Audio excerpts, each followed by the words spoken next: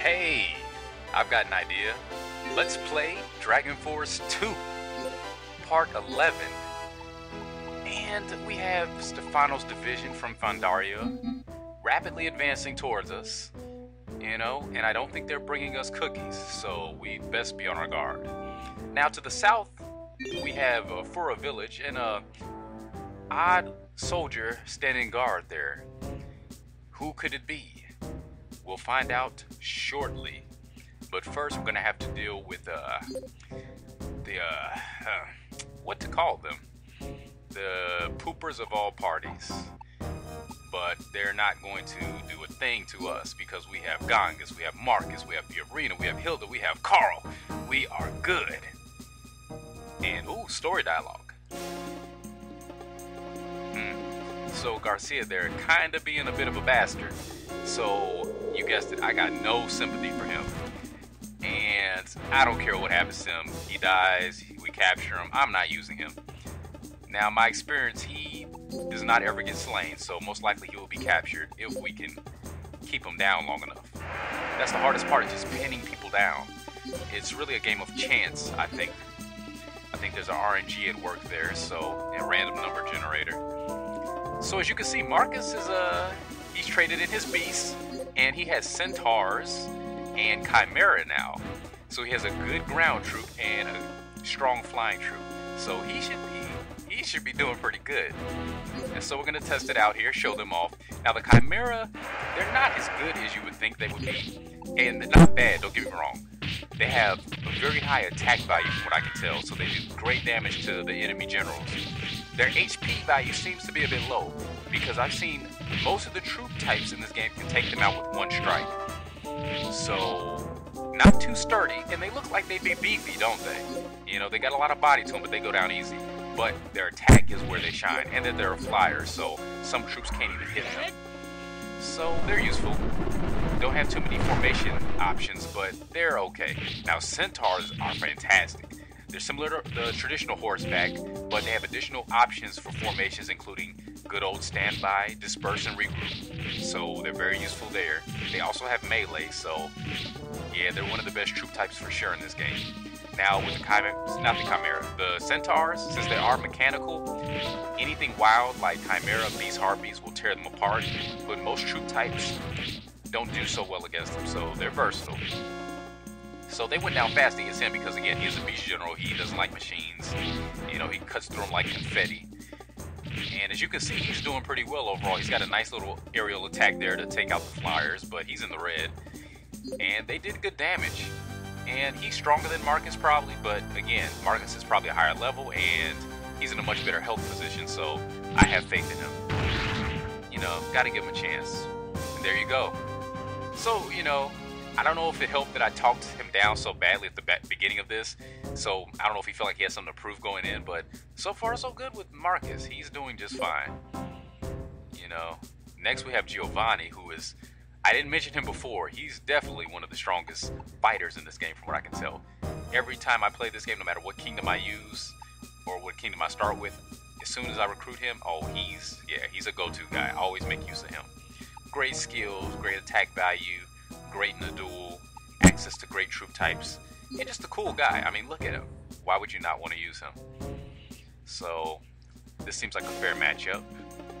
And that's a pretty fair assessment of Avers there, I think. He is good in the duel. So this should be fun. And he starts with soldiers. Avers has his tried and true horseback plus soldiers, so we have the advantage. More troops. Probably a higher level. I wasn't paying attention to his current level. Let's see how he does. I might fast forward through a couple of the fights, but for right now, we'll leave these in at regular speed to show this off. And as you can see, soldiers and horseback have access to move up or move down commands. In most situations, I don't make use of that. It's generally not too helpful. Now, if I could move certain segments up or down, that would be a lot more helpful, but as it is, not so much. Now, there are a lot of things you can do to manipulate the troop formations to make them work in your favor. Throwing out a sonic boom here. I'm not sure if we've seen that yet. It's definitely not as strong as it was in the first game, but use the Fatal League and still do okay. And we're just gonna rip through his troops right now. And Giovanni's shaking things up because that's how he likes to do. And decent bit of damage from a cross slash there. Again, it's not very strong in this game, but in the right hands, it can rip. Speaking of ripping, Avra's there, not doing so bad himself. He can definitely hold his own. He is definitely one of the stronger monarchs in this game, I would say. As opposed to Wayne, who was probably on the weaker side in the first game. I mean, do you remember Wayne's attack where he sort of just pokes him with a sword? You know, like it's a stick, like he's not really sure what he's holding or how to use it, but you know, and for all the flack Gongos received in the first game, Wayne in some ways definitely struck me as kind of a comical character. He's just like, yeah, go away, back off. You know, Avarice, you know, he has his quirks about him. We all do, don't we? But when it's all said and done, I think he's definitely a better fighter overall. And Giovanni is a great guy, but no matter how strong he may be, in this situation, the odds will never be in his favor. But he's putting up a valiant effort. I mean, look at him. He is just taking down those horseback like they are 5-year-olds on tricycles. They're not on horses, they're on tricycles. Look at him. He's just no mercy. But even he realizes in this situation, victory is impossible. So he does the smart man's move and retreats, but he is captured because we are too good. And Giuseppe, another strong character, starts for Bartz. Like Giovanni, he's level 10. So he's actually very strong. I want to be careful who I send in. So Gonzalez would be a good choice, but the troops there, yeah. We're going to go with Gonzalez maybe, or Fiorina. She doesn't have as many troops as I would like, but she has cavalry. So yes, they'll be strong against soldiers. If it goes into a duel, I don't know. She's pretty good, but he at this stage with his level might be better. So we have to be careful. Now, as you can see, she also has Chimera now. Don't know if you've seen that yet with her. You knew she had horseback now. So we'll see how it goes. He has enough MP to do a couple of skills, so that's going to hurt her a little bit if he decides to use it. And we're going to start off by... We're just going to hold steady here. We're just going to maintain our position. See how well we can clean them out. Not going to advance too early because that could lead to trouble for her. You never want to underestimate an opponent like Giuseppe. And always want to go with the Golden Break for now. It's more useful than Stone Rain because it does damage to him. Now it says Stone Rain is capable of attacking the enemy general as well. I have not yet been able to pull that off, no matter what position I'm in. When I use it, just wanted you to hear his voice there. I've never been able to get it to hit the general. They might have to be in a very specific position, his troops I mean, for the rocks to hit him as well, but I've never been able to pull it off. That's still something I'm working on. So we're gonna move them forward, try to do damage to him. That took a lot of damage from her, so I don't know. We'll see how it goes. Hopefully they can do enough damage to him. So again, with your starting generals, they will never die. At most, they will be injured for a week or two in the hospital. So even if you take a chance, it's not a huge loss. It's just you won't be able to use them possibly. And like I said, it's just about saving face. You know, you never want to lose a character even temporarily, but I don't know. It makes the game more fun to take chances here and there. So if it comes down to a duel, I think I will throw her out there and we'll see what happens. And again, this is post-commentary, so don't be fooled. This has all already happened, but this is me recording a day or two after I played, so I don't remember all that happened. You know, I'm trying to do up-to-date, up-to-the-minute play-by-play as much as possible, so hopefully I'm pulling that off adequately. And it is definitely going to go to a duel. We've got over 20 seconds left, so... Ooh, this is tough. Despite the bar, he's probably got more HP than her, so... Yeah... If I remember correctly, she did lose this, but we'll see. Or maybe not. Okay, she won. Good. No, I was not trying to trick you. I honestly did not remember. I just know Giuseppe is very good. But we won, thankfully. And he's definitely captured. If they lose a duel, they're going to get captured. He can't be slain. Now, Rasmussen, on the other hand, not really sure how to pronounce his name. He is a Dark Elf fighter who can be strong when built up. He has the silent spell, which can be very annoying. and he's probably going to use that on Hilda. Characters with obnoxious spells or high MP usually have silence thrown on them straight away, so we'll see. If we take him down to 0, there's a chance he can get slain, actually. He's one of those characters that can be slain in combat. I've had playthroughs where he was killed and playthroughs where I was able to capture him and then recruit him. And in this playthrough, it could go either way, so we'll see what happens. Like to recruit him. Not sure if I'll use him this playthrough, but he's not a bad character. You know, if nothing else, he can be somebody who can serve as a defender to our castles for later in the game when strange things start to occur.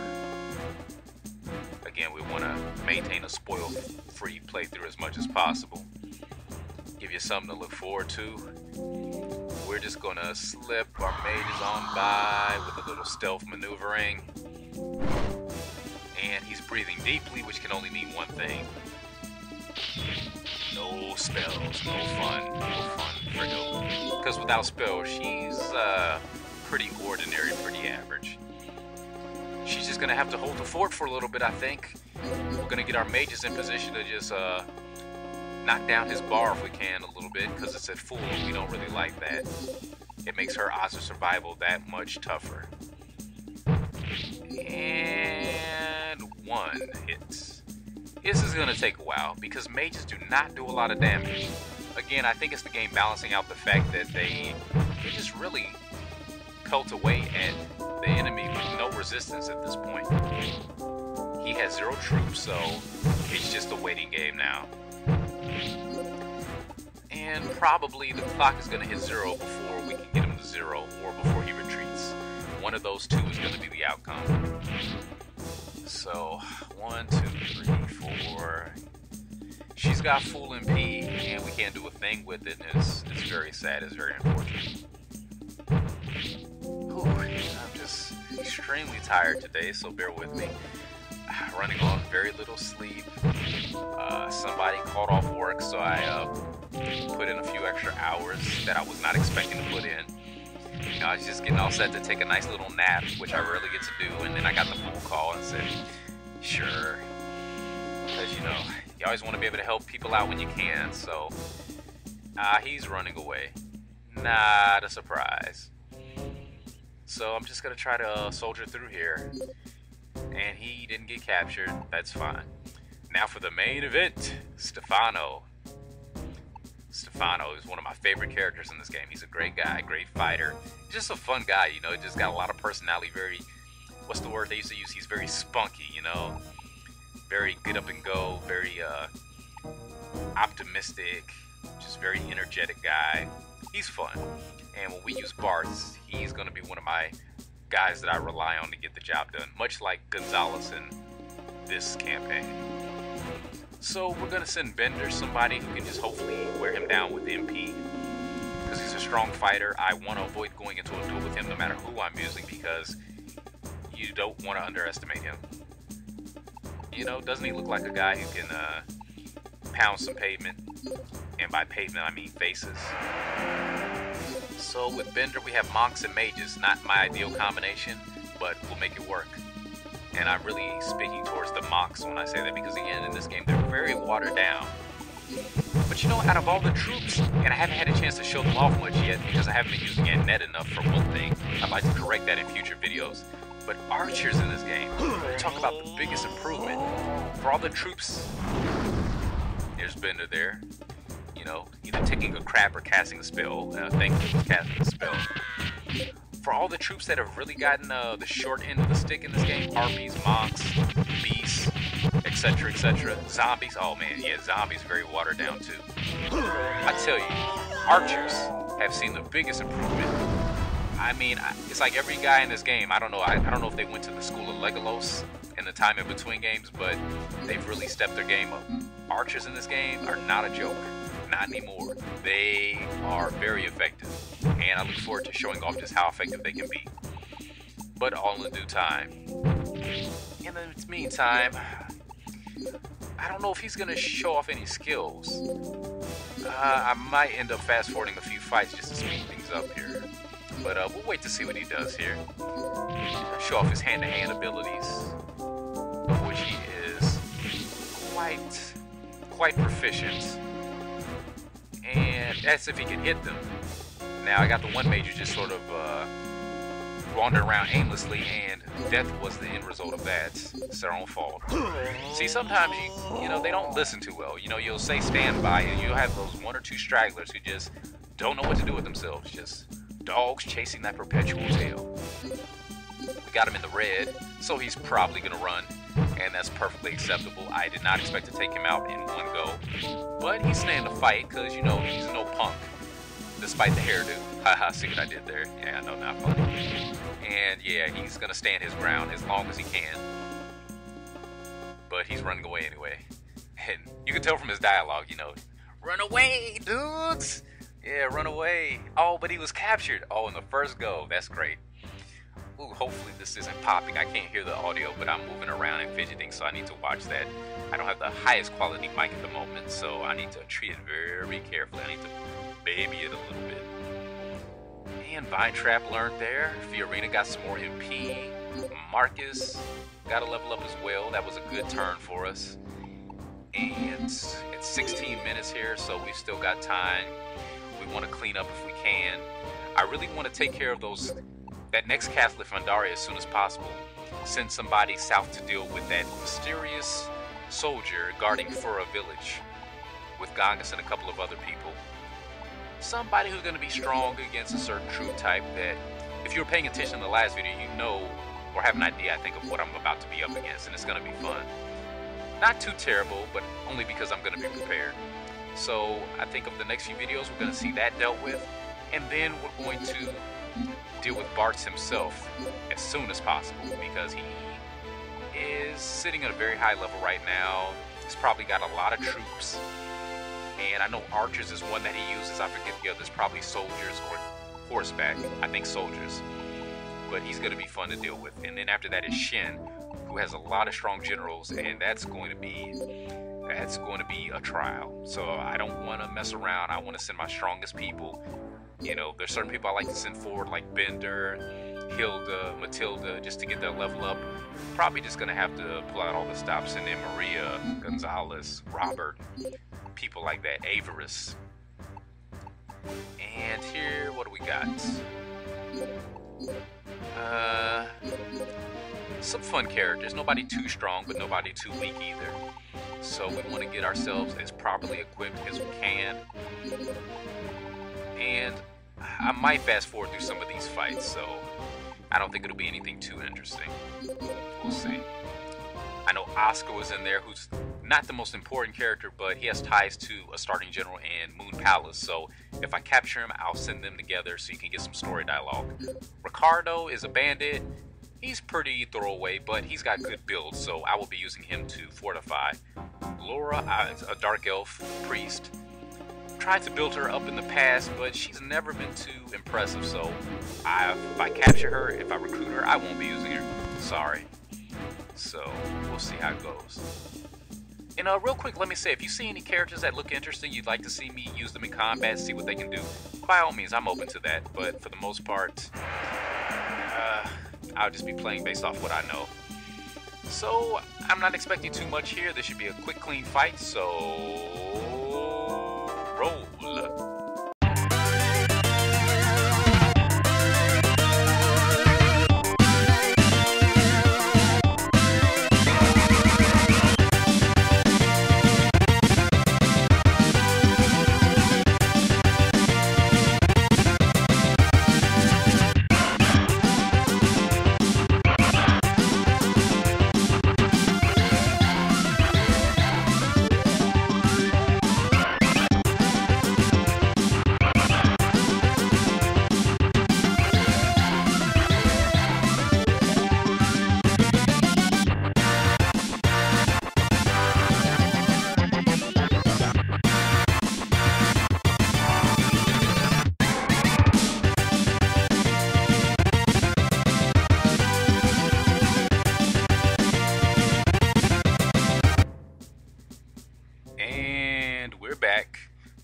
Captured, no big surprises there.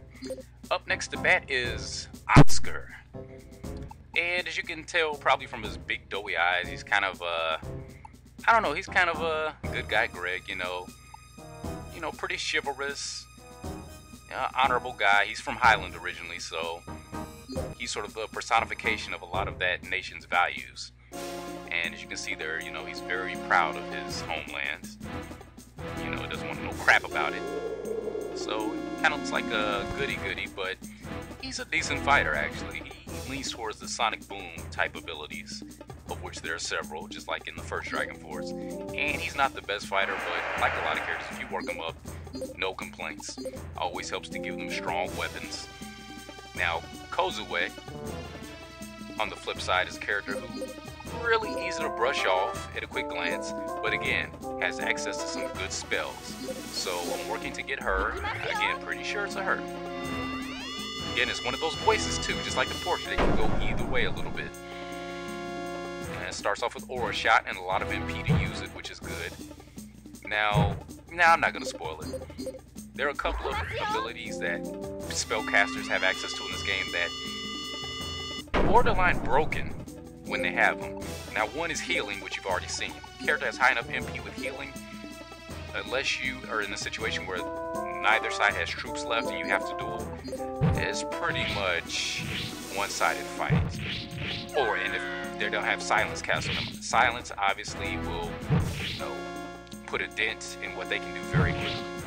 But the potential's there. But there's another spell that is equally dangerous, but it might be a while till we get to see it. I don't have anybody right now who is at a high enough level to have access to it. And as far as the generals who learn it early, they're really not going to be on our side for a while. So patience is still a virtue. And I love when the camera kind of pans out there. You get varied angles for certain skills, show off the map a little bit, different angles, show off the scenery. You might have noticed he mentioned somebody by the name of Mario. That would be the important general who I mentioned that we're going to be seeing much later. So, as cruel as it may be, I'm going to throw him against her if the opportunity comes our way. Up next is Kikyo, who you might have remembered. I believe it was Sakone who mentioned her. I think it was one of my characters. Now, she is a semi-important character. I haven't played Izumu's story very far, so I don't know if she's mentioned more there, but it seems to me that she was a rival of Kaede's for the throne of Izumo, but obviously Kikyo was not the recipient of said throne, and she's feeling a certain way about that is not too positive, and she's quick to let everybody know that she deserved to be queen, or empress, or whatever the Japanese equivalent for that position would be. And she has a couple of loyals in this game, such as Sakone, if I'm remembering the right person, who will stand by her side, and there's a couple of others. I think one was Isami, who we haven't seen yet. Just wanted you to hear her. And normally, I encounter him early on in the game, so I don't know, maybe he was captured by another kingdom while I was, wallowing away in the caverns, trying to get some decent troops for my beastmen. And Vine Trap, which was sort of worthless because my troops just passed her by. You remember anybody remember that Far Side song, Pass You By, or Passing You By? Something like that. It was a pretty good one. Old school hip hop. Don't really care for the stuff these days, but that's just personal taste. I'm not gonna spend too much time talking about myself because, I think the game's more interesting, to be perfectly honest with you. So, but I like a wide range. I like a wide range. Oh, that's what 2 hours of sleep will do to you, But I like a wide range of music. I really favor the instrumental or orchestrated pieces these days, which is why I like a lot of scores from film and video games and other media. But good strings, piano, in the right hands, the piano can do things to you. Stirs the soul, I'll tell you. Like guitar, all kind of string and woodwind instruments. I don't spend nearly enough time playing them myself as much as I'd like to, but I'd like to get back on that one of these days, especially flute. And who's up next? Enzo, another starting general for Fandaria. He's actually a mock general, but it's hard to tell because he wields a sword, and he looks similar to Giuseppe, a fighter, a well-armored fighter at that, so, you know, not somebody who looks like they spend a lot of time in a monastery, but I guess there's different types of monks, right? And that word still feels awkward to pronounce.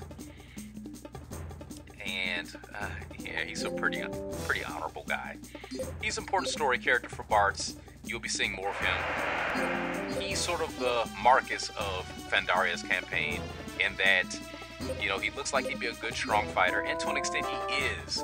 But there's a very few, there's a few things about him that are very disappointing, at least for me. And I'll wait till we use Bartz to point that out. Because if we recruit him, I will not be using him for anything other, anything other than fortifying or defending castles or searching. Because he has decent intelligence and decent build, and with the right item, it looks like a little bit of slowdown there. With the right item, he could be useful in those areas. For fighting, no. Sorry. He's strong, but his troop types leave something to be desired, and his MP leaves something to be desired. And that's all I'm going to say about him. Avers there, just taking out the trash with ease. So yeah, Avers will be with us all the way through endgame. He will get a lot of use here, so I hope you guys enjoy him. I do prefer Gangas overall, but that's just a personal taste. You know, Avers is more than capable for sure. And I know I was saying early on I was going to use Highland probably for my next kingdom, but unless a lot of people are requesting it, I don't see that happening now. I'm looking forward to Bartz and beyond him. I'd still like to show off one of the unlockable kingdoms or Izumo, because I haven't had much experience with that campaign, or even, who else is there? I'm not going to be using Tradnor for sure, because again, check out Reign of Hearts' LP to see her in action. You know, trying to diversify what you have on YouTube here, see what the other kingdoms have to offer.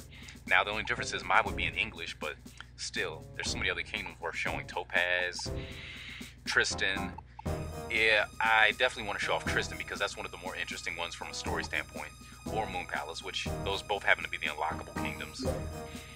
So, as you can see, I haven't been paying too much attention to the fights because everybody here is just completely ill-prepared to deal with what I have in my castle.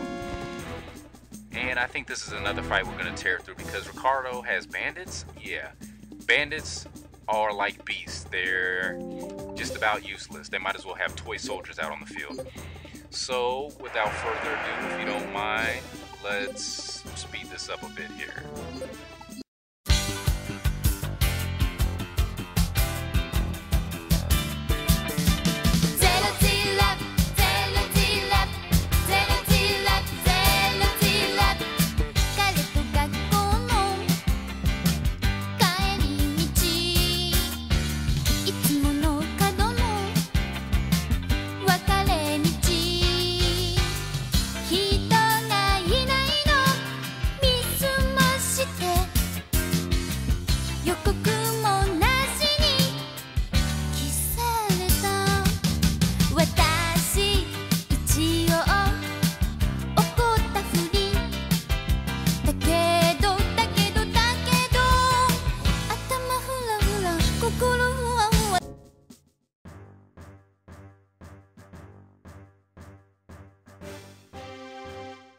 So Carl got a level up there, which was expected, a good one at that, and Kozue, MP, HP, build, and Charm. Yes, please, thank you very much. Charm is not really, no, I wouldn't call it broken, maybe pseudo-broken. There was another ability besides healing that I had in mind when I was talking about that, but Charm is also a rather useful skill that not too many characters have. And usually it's the story or very important generals who have access to it at that. So that's a clue as to how strong Kozue can become when given a chance. For several playthroughs, I just sort of relegated her, or him, I think her, to castle searches and things like that, thanks to her high intelligence.